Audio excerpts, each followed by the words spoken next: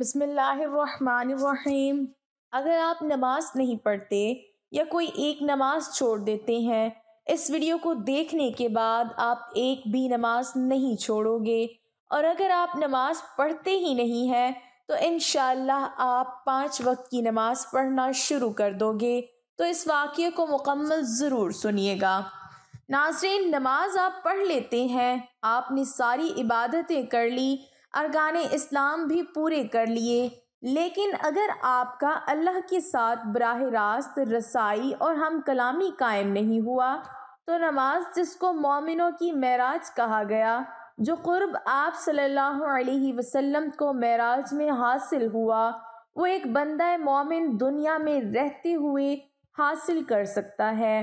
نماز میں اگر اس کی روح جو ہے واقعتاً ہم کلام ہو رہی ہو، ہمیں احساس ہو کہ ہم اللہ کے سامنے حاضر ہیں اور کچھ عرض کر رہے ہیں، سجدہ کر رہے ہیں۔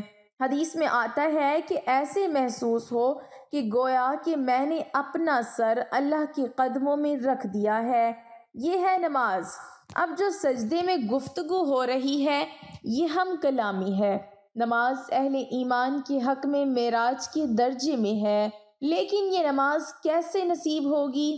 اگر روح سوئی ہوئی ہے، دبی ہوئی ہے، پیسی ہوئی ہے یا مردہ ہے، یہ نماز آپ کو کیسے حاصل ہوگی؟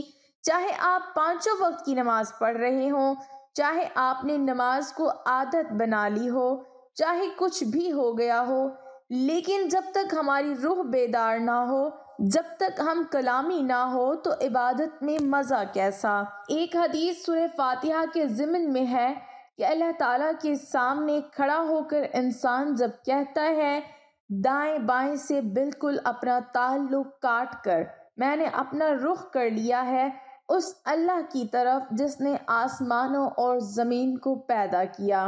اب ہم نے اگر چہرہ تو کر دیا خانہ کعبہ کی طرف اور اندر سے ہماری روح متوجہ نہیں ہوئی، وہ سوئی ہوئی ہے، اسے پتہ ہی کچھ نہیں کہ کیا ہو رہا ہے، تو اس صورت میں وہ کیا ہے؟ ظاہری بات تو پوری ہو گئی، نماز کا ثواب ہو جائے گا، فرض کی ادائیگی کا ثواب مل جائے گا، لیکن وہ اصل نماز تو حاصل نہیں ہوئی۔ یہ ہے وہ بات کہ اے نبی، جب میرے بندوں کی روحیں بیدار ہو جائیں، توانا ہو جائیں، حیات تازہ سے وہ ہمکنار ہو جائیں اور پھر وہ میرے بارے میں پوچھیں تو وہ میرا تقرب حاصل کرنا چاہتے ہیں۔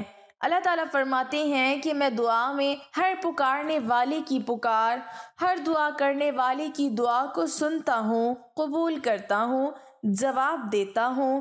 بندہ جہاں کہیں بھی مجھے پکارے میں سنتا ہوں۔ آپ اپنے گھر میں رہ کر پکاریں، آپ بستر پر لیٹے ہوئے پکاریں، جہاں کہیں بھی۔ ہاں ٹھیک ہے، بعض مقامات بعض اوقات قبول دعا کے لیے زیادہ سازگار ہے، حرم میں جا کر دعا مانگی جائے، منا میں، عرفات میں، جبل رحمت پر، خاص طور پر وہ ایام بھی خاص ہیں، لیکن یہ نہیں ہے کہ بقیہ دنوں میں آپ کے اور اللہ کے درمیان کوئی بڑا فاصلہ ہے۔ یہ دنیا میں سارا مشرکانہ نظاموں نے تصور پیدا کیا کہ اللہ تو دور ہے، دور ہے، تم ناپاک ہو اور تم تو بڑی پستی میں پڑے ہو، تم اللہ سے براہ راست ہم کلام نہیں ہو سکتے۔ اس کے لیے اللہ سے کوئی خاص لنک چاہیے، کسی پجاری کے ذریعے، کوئی پروہت، کوئی پنڈت، کوئی پیر، کوئی پادری، کوئی پوپ ہوگا، اس کے ذریعے سے تم اللہ سے ہم کلام ہو سکتے ہو اور خود نہیں۔ اور جب ذریعے بیچ میں آ گئے تو ان کی مٹھی گرم کرو، ان کی چاپلوسی کرو، ان کو بھی چادریں چڑھاؤ، ان کو نذرانے پیش کرو۔ یہ ہے بدترین استفادہ جو مذہب کے ذریعے سے نوع انسانی کی ہوئی ہے۔ دنیا میں تاریخ انسانی میں یہ 2 استفادے ہوئے ہیں، ایک بادشاہوں کی طرف سے کہ محنت تم کرو گے، کھیت میں آدھا حصہ ہمارے پاس آئے گا، ہم عیش کریں گے، ہم سٹینڈنگ آرمیز رکھیں گے تاکہ ذرا تم بغاوت کرو تو تمہارا سر کچل دیا جائے۔ یہ بدترین استفادہ ہے، مانگنے والا گدھا ہے، صدقہ مانگے یا خراج۔ دوسری طرف ہم بادشاہ ہیں، ہم چندر بنسی، سورج بنسی خاندان ہیں، ہم راجپوت ہیں، حکومت کرنا ہمارا حق ہے اور یہ پنڈت پروہت جو ہے وہ بھی کہیں گے کہ ٹھیک ہے یہ عوام ہے، ان کا خون چوسو، ہمیں یہ نذرانے پیش کریں، بتوں کو آ کے چڑھاوے چڑھائیں اور تمہیں خراج دیں اور ٹیکس دیں۔ اسلام نے آ کر دونوں کا خاتمہ کیا۔ کوئی ملوکیت نہیں، زکوٰۃ ہے تو غربا کے لیے، بادشاہ کے لیے نہیں ہے۔ نمبر 2، اللہ سے ہم کلام ہونے کے لیے کسی دربان، کسی پہرے دار کی مٹھی گرم کرنے کی ضرورت نہیں ہے۔ جب چاہو ہم کلام ہو جاؤ۔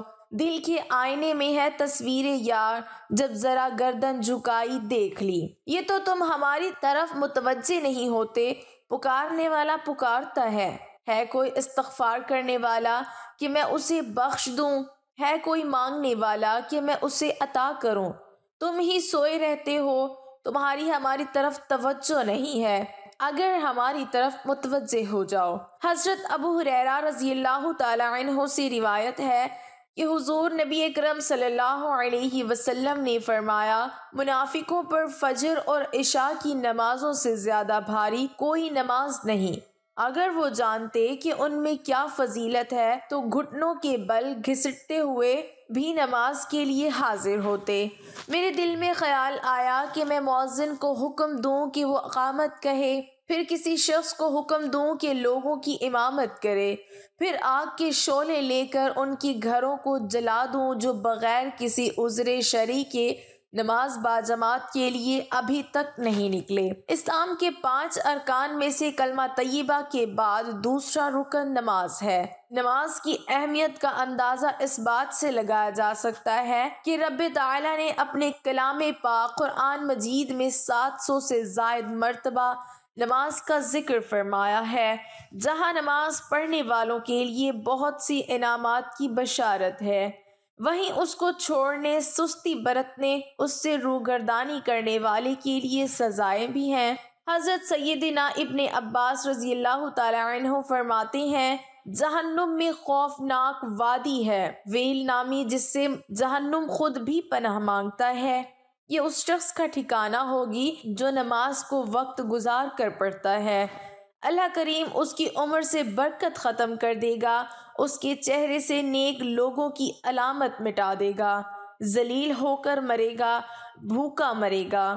مرتے وقت اسے اتنی پیاس لگے گی کہ اگر سارے دریاؤں کا پانی بھی پلا دیا جائے تو اس کی پیاس نہ بجھے گی۔ اللہ تعالی ہمیں 5 وقت کی نماز پڑھنے کا پابند بنائے اور آخرت کے عذاب سے بچائے، آمین ثم آمین۔ وآخر دعوانا ان الحمد للہ رب العالمین۔ ناظرین، ویڈیو اچھی لگے تو لائک ضرور کیجیے گا، اور اگر آپ ہمارے چینل پر نئے ہیں اور ابھی تک آپ نے ہمارے چینل کو سبسکرائب نہیں کیا تو سب سے پہلے آپ ہمارے چینل کو سبسکرائب کر لیں اور ساتھ ہی لگے بیل کے بٹن کو بھی پریس کر لیں تاکہ فیوچر میں اپلوڈ ہونے والی ہر نئی اور معلوماتی ویڈیوز کا نوٹیفیکیشن آپ کو بر وقت ملتا رہے۔ اللہ تعالی ہم سب کا حامی و ناصر ہو، آمین ثم آمین۔